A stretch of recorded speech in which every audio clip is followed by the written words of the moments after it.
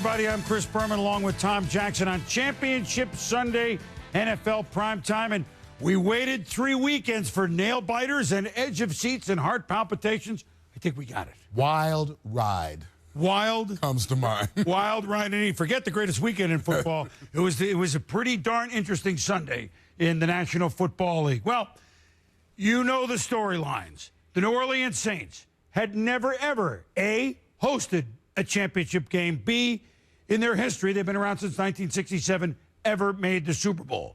Brett Favre, 40 years young, one last Napoleonic drive with the Minnesota Vikings for a chance to rewrite history once again. He grew up 60 miles from New Orleans, where the game was being played, rooting for the Saints as a kid. And oh, by the way, you think it was loud? You think they were ready an evening in New Orleans? Here we go from the Superdome. For the NFC Championship game, we thought it would be a barn burner. It was, and not always the way that you thought. Brett Favre, Drew Brees, the highest scoring teams in football. Brett Favre, Jim Kleinsasser. Opening drive, they come out throwing. They don't run it, Tom. 12 yards, first down. Favre to Adrian Peterson. And he turns it up nicely. 11 yards, first down. 5 different receivers found by Favre. Opening drive, which finishes with AP. And look out! Does he run angry or what? 19 yards, 7-0 Vikings. Great burst at the line of scrimmage, gets the ball, makes that nice cut right there, and then beeline into the end zone. So opening drive, 10 plays, 80 yards. Brees and the Saints come right back, 3rd and 5. A screen to Robert Meacham. 7 yards, that's New Orleans Saints. First down. Later in the drive, Brees. Here come the Vikes, but a beautifully set up screen pass. Pierre Thomas, Sacre Bleu. It's a touchdown, 38 yards. Sorry. Yeah, great play design right there. You see Pierre Thomas block, gets a great pass from Brees, nice cut back into the middle of the field. Touchdown, Saints. At this point, game on. Vikings 80-yard drive. Saints 7 plays, 71-yard drive. Brett Favre. Oh, yeah? I'll see that 5 and raise your 5. Quick pass to Bernard. Bury it. Great skin. Great spin. 15 yards. Next play. Favre.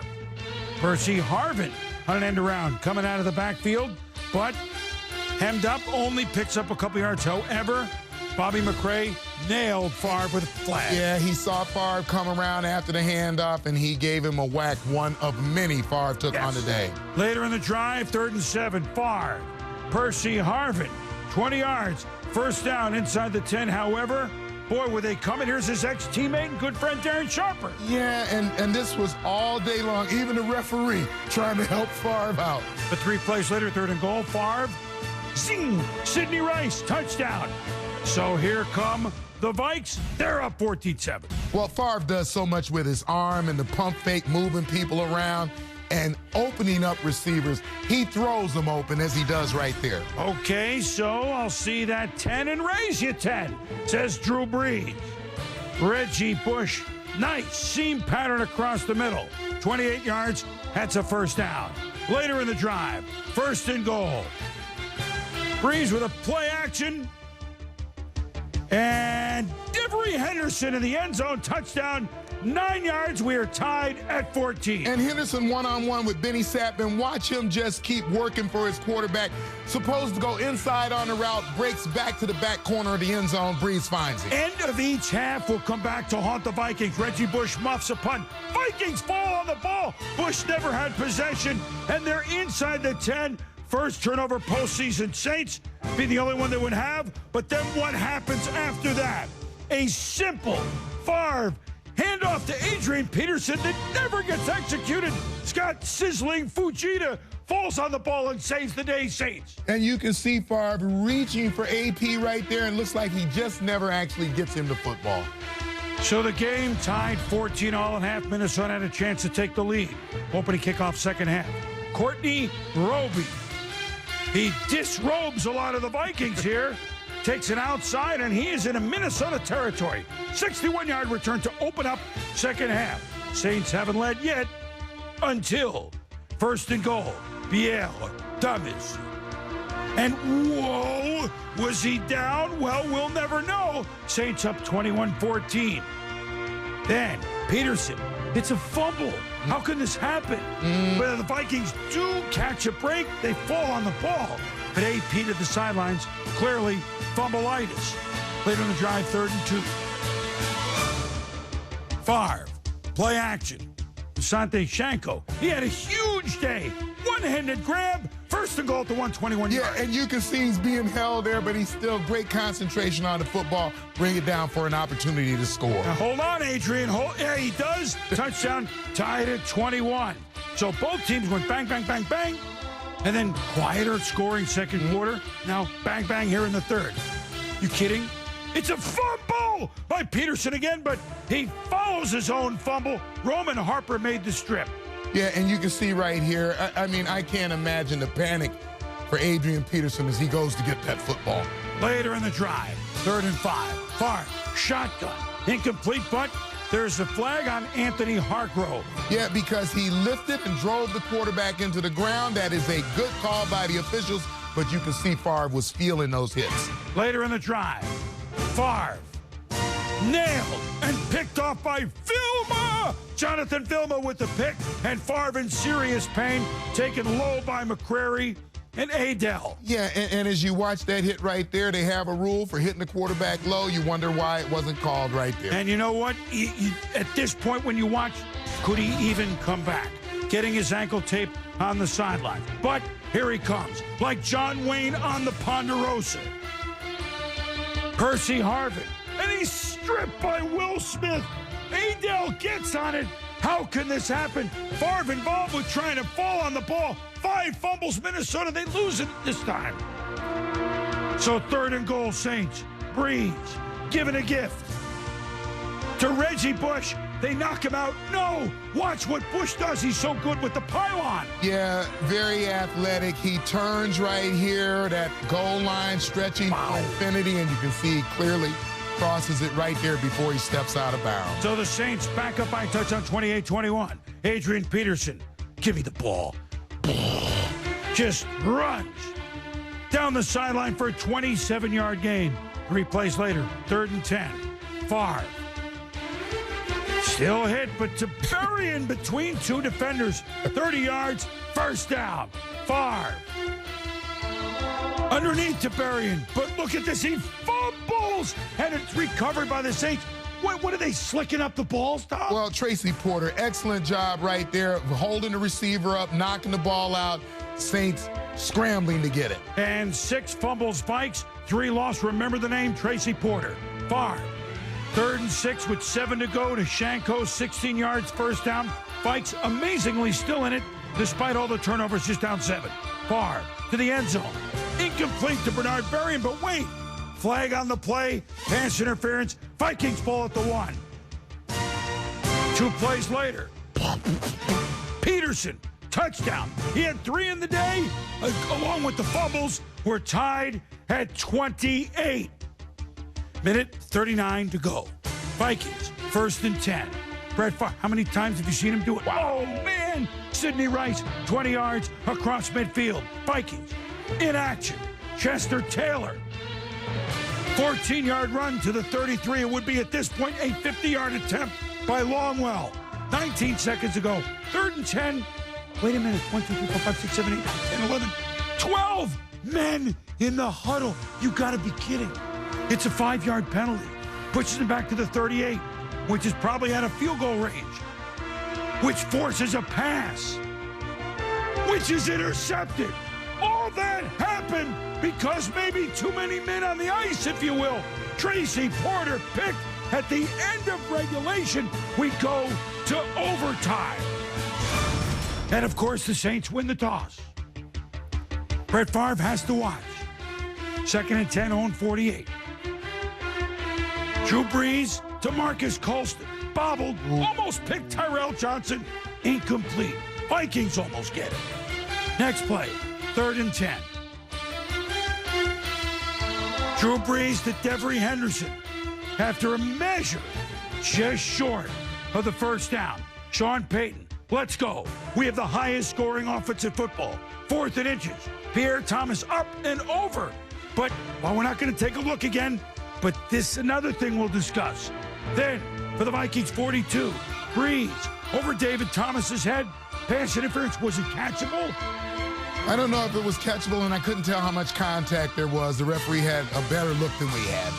After a 4-yard loss, 2nd and 14, Brees, Robert Meacham, 12-yard gain down to the 22. Now in field goal range for all he's done is kick extra points. Garrett Hartley doesn't kick off. John Carney kicked most of the season. Garrett Hartley, 40 yards to put the Saints in the Super Bowl. Good from 60. It's good. Who dat? Who dat? Who dat say they go into the Super Bowl for the first time? The Saints. Jubilation. Brett Favre, no flag. Brett Favre and the Vikings. Almost. And Brett Favre's last game with the Packers.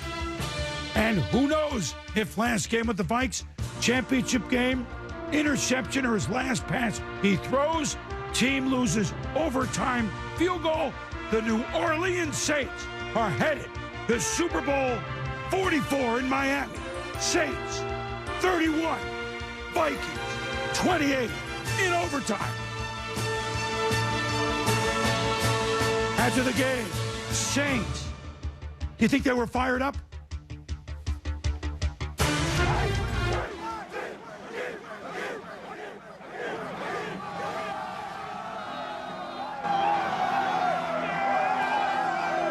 It feels amazing. It's the greatest feeling, you know, to have worked all year. You know, it's just an amazing feeling. You know, all the hard work we put into this, and this is the reward we get. You know, there's no better feeling, no other place I'd rather be than right here. What did it feel like on the sideline when they went out to kick that extra point? Man, I was just praying. I've never prayed so hard in my life that he was gonna make that field goal. But you know, Garrett Hartley showed up. He made it count. You know, him being a rookie, you know, there's a lot of pressure on his shoulders, but he showed up, and that's what this game's all about. What do you think it means to the city of New Orleans that you guys are going to the Super Bowl? I think it may be the single most greatest event that ever happened in New Orleans. Better question, what's going to happen in New Orleans tonight? Hopefully they won't destroy this place, but, you know, I think it's going to be a party all night. Hey, congratulations to the New Orleans Saints. It's a franchise that so many years, as you pointed out, the bags over the heads. Right. So many years, just not good football. So much hope. We know what's happened in that city. We can't congratulate the Saints enough on what is happening. And it was a strange one in that they're outgained what? By over 200 yards, the Saints. 475 to 257. But boy, did they put the heat on, Tom, on defense. Yeah. They gave up almost 500 yards. Well, defensively, they gave up a lot of yards, but they made up their mind that they were going to punish Brett Favre and hope that it had an effect on them. And I think it did. When you look at the 18 turnovers that they had in 17 football games, they had 5 today. And it was all about getting after the quarterback and getting after the Minnesota Vikings. Even when Brett Favre was handing the ball off, balls out of his hands, he was taking punishment down high, up high, down low. When you punish the quarterback like that, and I love this, I'm going to borrow this from Rex Ryan. When you hit the quarterback, the whole team feels it. And you could tell that the Minnesota Vikings were feeling those hits on Favre. But we could dissect this 8 million ways, and there was a lot of stoppages over time, and this isn't complaining. It's just, boys, was it close? Was he, did he not make the first down? Was it a pass? You hate to see it come to those sort of things. But here's one thing that Minnesota can't live down. 6 fumbles, they lost 3, 2 picks. 5 turnovers, and they almost won the game. Yeah, well, you know, it's funny. I said that they had 18 during the regular season in 17 games. They had 5 today in a championship game. That you cannot win on the road when you put the ball in the other team's hands as many times as they did today. Unless you get a miracle like Montana to Clark in the 81 title game when the Niners turn it over 6 times and won. But other times, you don't. You turn it over like this, you're not going to survive. Yeah, and a lot of these were down when they had scoring opportunities. When you drop the ball, when you're getting ready to score, it's like in basketball they always say, it's a made basket the other way. It's a turnaround of 10 points. It's a turnaround of 14 points. So they were shooting themselves in the foot the entire day, and that went on until even the last drive for the Saints. I mean, you look at that happens inside the 10-yard line. And then it's almost like having the yips with the putt with Adrian Peterson there for a while, though he ran hard later on. But, I mean, he kept fumbling and stuff. And then do you put him in or do you sit him for a couple series? And give the Saints this credit. It's the 14th time in 18 games they forced 2 or more turnovers. Yes. This is something that under Greg Williams that they do. But it was a game that the Minnesota Vikings will scratch their head, and we'll talk about it in a moment, because they had a chance, we thought, for a field goal at the end of regulation, which never came to pass. Meanwhile, Sean Payton and the Saints heading to Miami. Real quickly, you know, it's hard to come up here and really talk about the significance of this group of guys in that locker room and the significance of this win. I'm proud of them. Proud of our fans and the hard work that they put in to get us to this spot. And it's a pretty special feeling. So, any questions right now? Sean, 2 questions. First, your feelings on your position right now, and second, your thoughts on how your defense played today. They bailed you out a few times. They sure did. You know, there's a lot of momentum shifts in that game. Just after the game ended, you know, I had a chance to visit with Favre for about 5 minutes, and I've never seen 2 quarterbacks compete, 2 defenses kind of hang in there, the offensive lines. I mean, I tip my hat to Minnesota. I thought you had two teams that played their hearts out, and glad we were able to win, and I'm proud of just having a chance to coach these guys in a game like this. Garrett hit a big kick, obviously, for us, and you know, we just kept fighting. The momentum shifted back and forth, and we just kept battling, and you know, it was a heck of a game. Sean. I just told him there's a little fleur-de-lis up there right between both uprights, and I said, why don't you see if you can hit this fleur-de-lis dead center, and you know, you belong, you're here for a reason. And you know, he hit it true, and he's just been real consistent for us, and you know, obviously it was a big kick. Sean, can you talk about a little bit of perspective about what this means for this organization, from how far you've come since Katrina to where it is now, and why it's so hard for you to put into words what this means to your team? Well, it's hard. You know, 4 years ago, there were holes in this roof. And, you know, the fans in this city and this region deserve it. And like I said at the beginning, I'm just proud to be a part of it, you know, and to be part of something that's special. And it's pretty special for the city, and they're well-deserved. Along those lines, Sean, there's so much bedlam and just life going on outside right now. Can you compare that to 4.5 years ago and just the difference? It's just, you know, there's a handful of coaches and players that were on that first team, and, you know, I would say this to the players and the coaches that aren't here now, they're just as much a part of this. And they know who they are. I can't go through every one of their names, but there are a lot of people that came when no one else was wanting to come, and a lot of coaches, a lot of players that aren't with us now, and I appreciate it. Sean, can you talk about the 4th down decision in overtime? If you don't make it, they got a short. Just talk about that. I'm trying to think of the call. Did we go for it? You know, we were right on that. We weren't close enough for a field goal, and we just kind of called everyone over and said, hey, look, you know, we've come this far. I thought, you know, obviously it's a great defense we played, a great run front we played, and, you know, we ran behind those 2 guards, the tackles. Goodwin and Pierre did a great job of just getting the 1.5 yards we needed. It's significant. He's a big factor, you know, that thing went back and forth, the game went back and forth, and you know, I'm glad we came out on the winning end. Coach, talk about Pierre Thomas overall. In a close game, did he provide the margin for you? Well, he played hard. You know, he battled. I thought the screen play early in the game to answer their touchdown was significant when they went up 7-0. It was kind of like last week, and he made a bunch of big plays. He's been a big part of what we've done, so I'm happy with the way he played. What about the kickoff?